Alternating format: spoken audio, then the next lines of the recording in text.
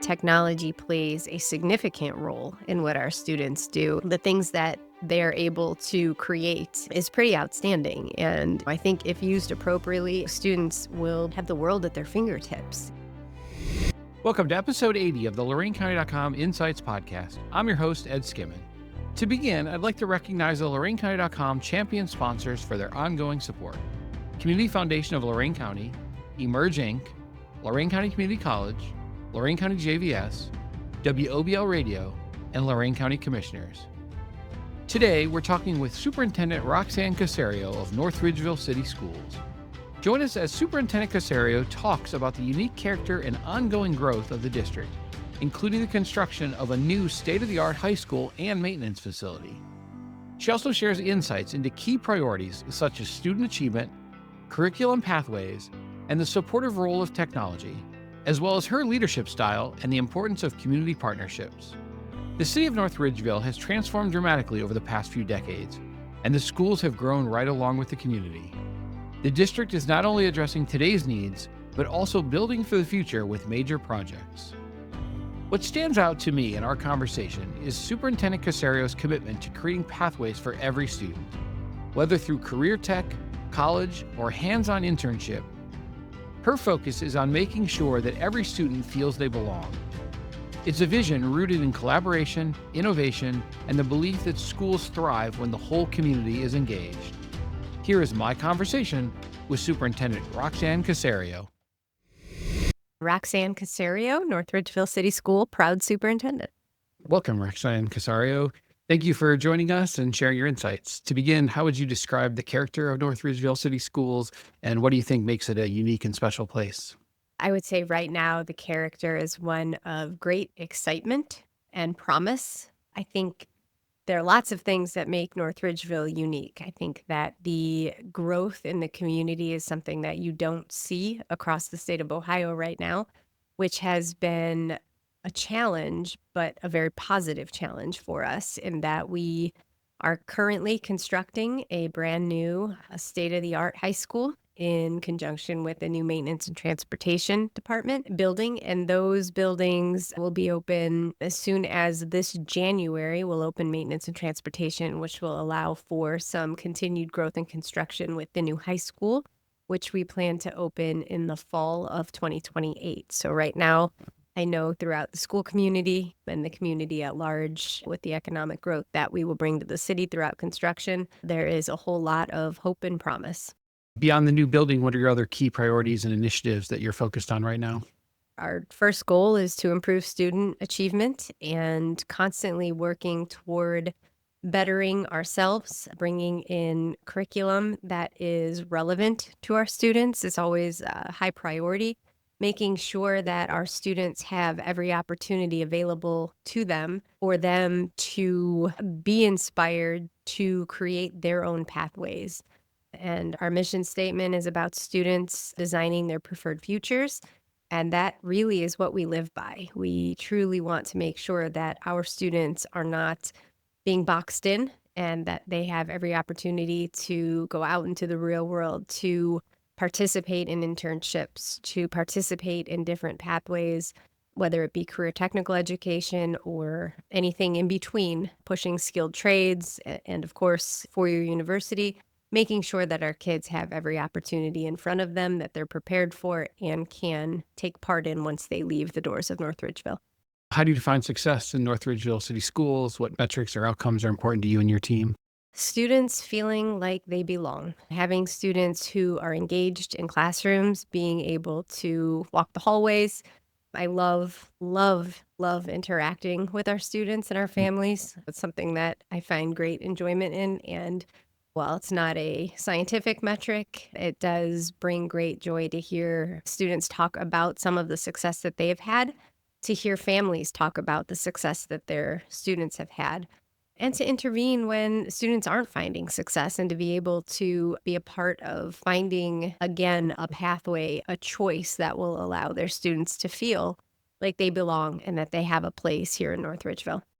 Schools serve many different constituencies, but let's start with what you just clearly outlined as the most important, the students. From your perspective, what's the most significant opportunities and challenges facing students in North Ridgeville right now, and how are you working to support their success? I think one of the most exciting opportunities facing them is that our state has embraced career technical education and has embraced the idea that there are multiple ways for students to be successful to show that they're ready to graduate from high school. And while I feel we were a little bit ahead of that curve, now it is something that is a priority throughout the state of Ohio. And I'm finding great joy in seeing what our high school team is putting together for our kids. Challenges, I think, like any other district, technology and the constant change in technology, AI. And while I see it as a huge tool that students can engage with and utilize for their future, there's an appropriate way to go about it. We're all trying to find our way right now with that. I think that's a challenge for all of us, but I think no different than any other district. You have your normal day-to-day challenges that students face, but I do think that North Ridgeville is a special place, and we do have people that surround our kids and do make them find ways that help them get through those challenges every single day. Both of my parents were teachers. What are you hearing from teachers in your district right now, and what kinds of support do they need to be successful? Fortunately, I have an excellent team in place, and I don't hear often challenges from our teaching staff. I think they, again, as any of us would incur in a classroom, there's all kinds of different challenges, and those challenges could range from students who aren't coming prepared to learn because they are the primary caretaker for younger siblings or they're hungry. There are lots of factors that our staff face with the amount of students that we have in the district and the demographic that has changed throughout the district. While I don't hear complaints, I hear promise and I hear care and concern and a want for our children to be successful. Support and making sure that they have the tools that they need to help our students really is where I come in and where I feel I can be helpful. Making sure that staff know that I am here for support and that I do encourage them to take risks and to think outside the box. And tradition is not necessarily something that I think that they have to adhere to. And it's important to change what you're doing to meet the needs of the individuals in your classroom. And I hope that they know that I'm here to help in any way that I can with that. When you talk with parents and community members, what are some of their common questions and concerns, and what positive feedback and ideas do they share about the schools? Where do I park? Right now, that construction is a big topic, and it's created a whole lot of buzz, both positive and negative, in some of the challenges that come with a school campus being under construction has been, I guess, if I had to narrow it down to one thing this year, that has been a little bit of a challenge. Learning new routines to make sure we're getting kids in and out safely. That right now has been probably the thing that I have heard about the most. Transportation at the beginning of the year is always something that is tricky. And we have bus drivers learning new routes. We have kids learning new routines with new drivers. We have parents driving kids to and from school who are learning new patterns of traffic. We have new drivers who are learning how to navigate the roads, let alone the traffic in the city that has significantly grown. Collaboration is crucial in education. Who are some of your key community partners, and how do you work together to support the schools and students? I would hands down say that I have the best team in the state, if not the nation, surrounding me, and that's internal, and they are fantastic. Outside of the district itself, we have great partnership with our Board of Education, who I would consider part of our staff in our district, but often have a different view of the community outside of what we see each and every day. I would also point to our city. Our mayor, Kevin Corcoran, has been a big supporter of our schools with his economic and planning director, Kim Lieber, who have helped us tremendously through construction and trying to make sure that we were doing the best that we can throughout the city to make sure we ease the pain of the construction to the best of our ability. Lorain County Community College has been a tremendous partner to us, with Lee Armbruster at the high school, who works with our students in internships and other opportunities. They have provided us a wealth of resource to provide our students, again, those out of the box experiences to help them determine what their future might look like. And as a higher education institution, gives our students every aspect of what life looks like beyond North Ridgeville High School. And they have been a tremendous partner for us. You mentioned the transportation center and new high school. How will these investments shape the future of the district, both in terms of facilities and the educational experience for students? First of all, teaching and learning can be done anywhere. We know that. But when you provide a facility that can allow for teaching and learning in ways that aren't just traditional teaching and learning, but rather pathways for different careers, we are building for the future. So our maintenance and transportation facility will be a shared facility, which of course will provide us the opportunity to not operate two separate buildings, but one building where those teams can collaborate with one another, better structure the operations of the district, and also in a much more economical and feasible way under one roof. When we talk about the high school, we're talking about a complete transformation. Right now, you're probably aware our high school was built for about 900 students, and we are approaching 1,500. So we're talking a space that is, in my opinion, just completely inadequate in terms of function, but also curriculum. We don't have, let's just use, for example, a performing arts center.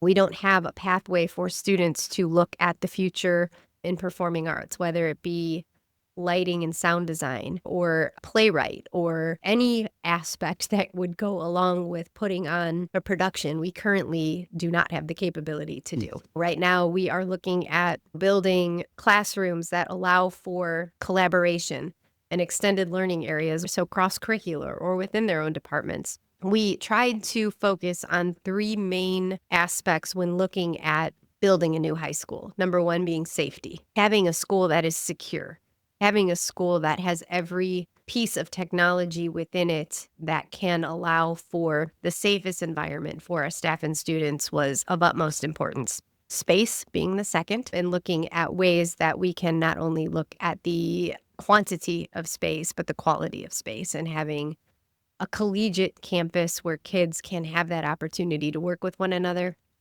in a little less structured environment and really prepare them for the world beyond high school.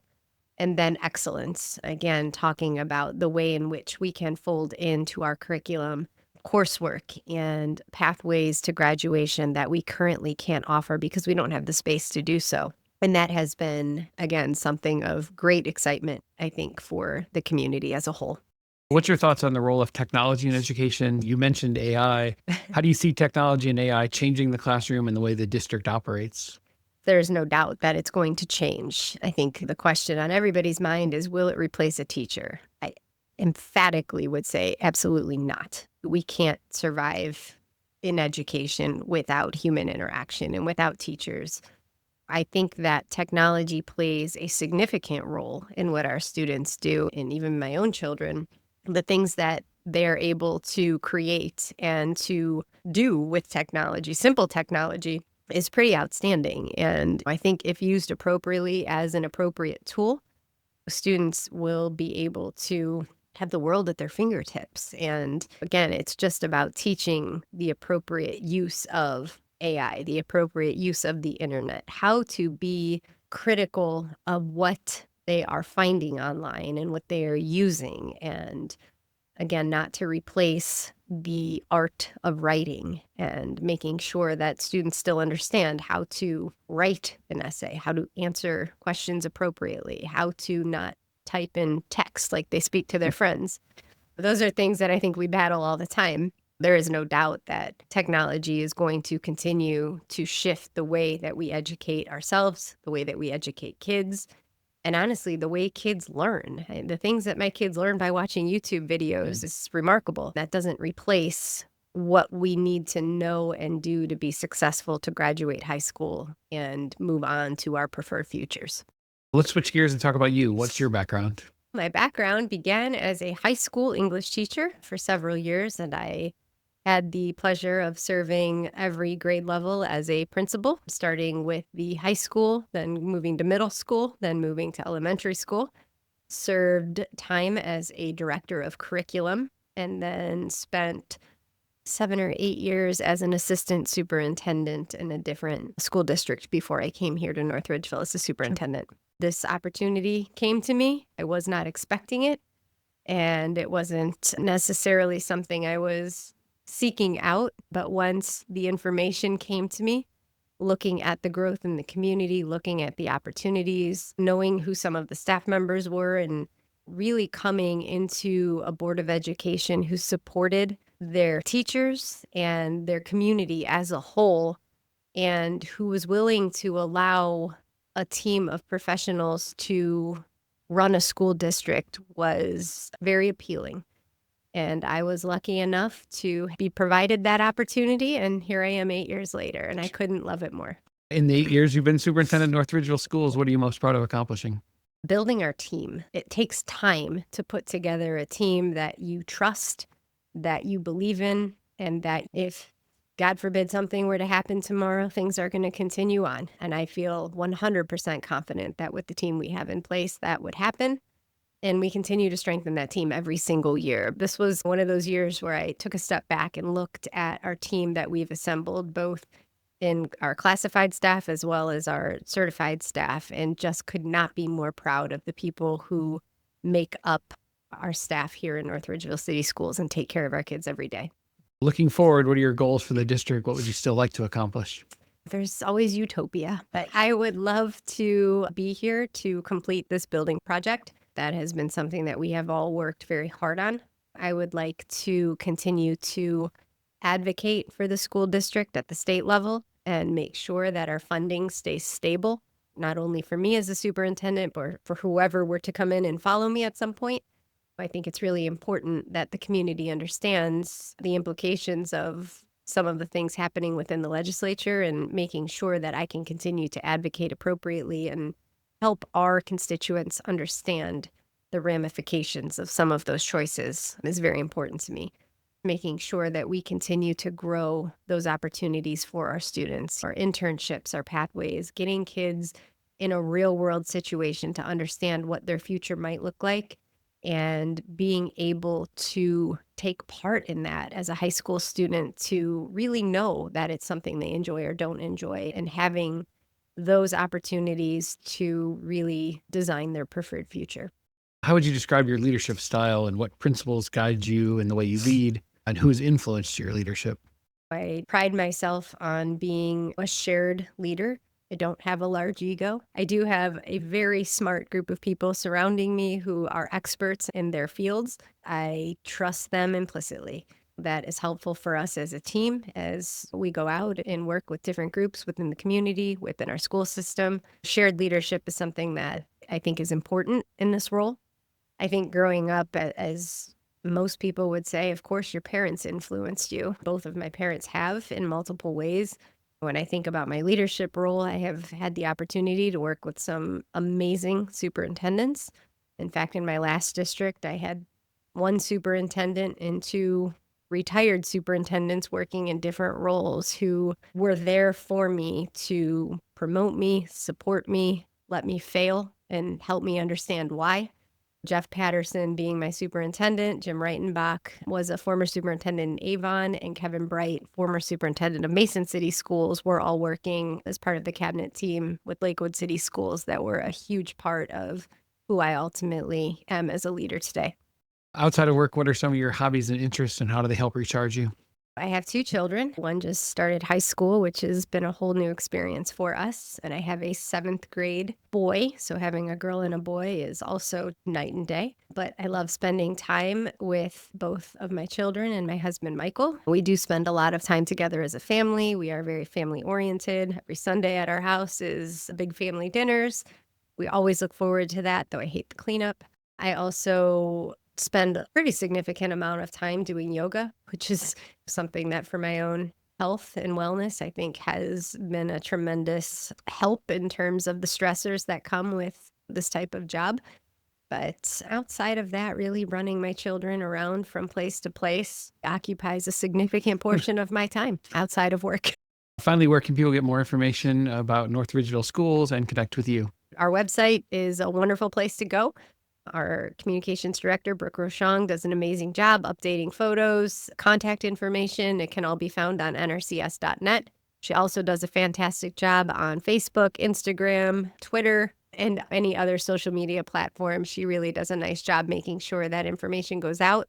There's an opportunity to interact, and it's a two-way communication style at any time. Lots of ways to connect with us, and we appreciate that. Had a coffee and conversation with the mayor a couple weeks ago. That was a wonderful time to connect with some community members that don't always have a direct connection to our schools. So we're always out and about, but definitely check that website. And there's a construction tab too, which can give you some up-to-date info on where we are with construction and what that will look like into the future. Thank you for joining us and sharing your insights. Yeah, thank you so much. Appreciate you. Thank you for listening to the LoraineCounty.com Insights Podcast. Each episode, we share conversations with the people shaping life in Lorain County, from business and government to education, nonprofits, healthcare, and entertainment. Be sure to follow or subscribe on your favorite podcast platform so you never miss an episode. You can also visit LoraineCounty.com to discover local events, volunteer opportunities, and more community resources. If you know someone who's making a difference in Lorain County, send us a note at podcast@LoraineCounty.com. We would love to share their story and insights. Special thanks to our producer, Leah Gerke, and to you for listening. This has been the LoraineCounty.com Insights Podcast, conversations with the people shaping Lorain County.